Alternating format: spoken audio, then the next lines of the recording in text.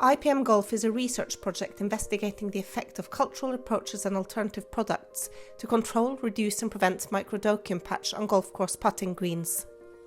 One of the alternative methods used is rolling with lightweight rollers.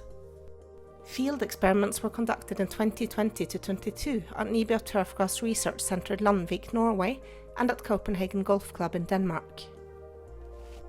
Microdochium patch is the economically most important disease on turfgrass in the Nordic countries, and as the use of fungicides is strongly restricted, there is a need for alternative methods. In US trials, lightweight green rollers as part of a weekly maintenance has been shown to reduce microdochium patch on annual bluegrass greens. At Copenhagen Golf Club, rolling was tested on a fescue-dominated putting green. The green was rolled 2 or 4 times per week, either from June to November or from August to November, and assessments of turfgrass quality, colour and coverage of microdochium patch were done through this period. Rolling 2 and 4 times per week improved turfgrass quality and reduced microdochium patch in the autumn compared to no rolling.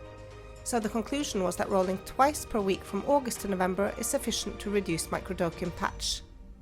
These results were confirmed in 2020 on an annual bluegrass creeping bentgrass experimental green at Nibia Turfgrass Research Centre Landvik, Norway, where plots that were rolled twice per week in October had less microdochium patch than untreated plots. The experiment was repeated in autumn 2021, but rolling had no clear effect on suppressing microdochium patch that time. To investigate if rolling affects the coverage of annual bluegrass, recordings were done at the end of the experiment at Copenhagen Golf Club. The assessment showed no significant differences in the coverage of annual bluegrass between the rolling treatments and no rolling.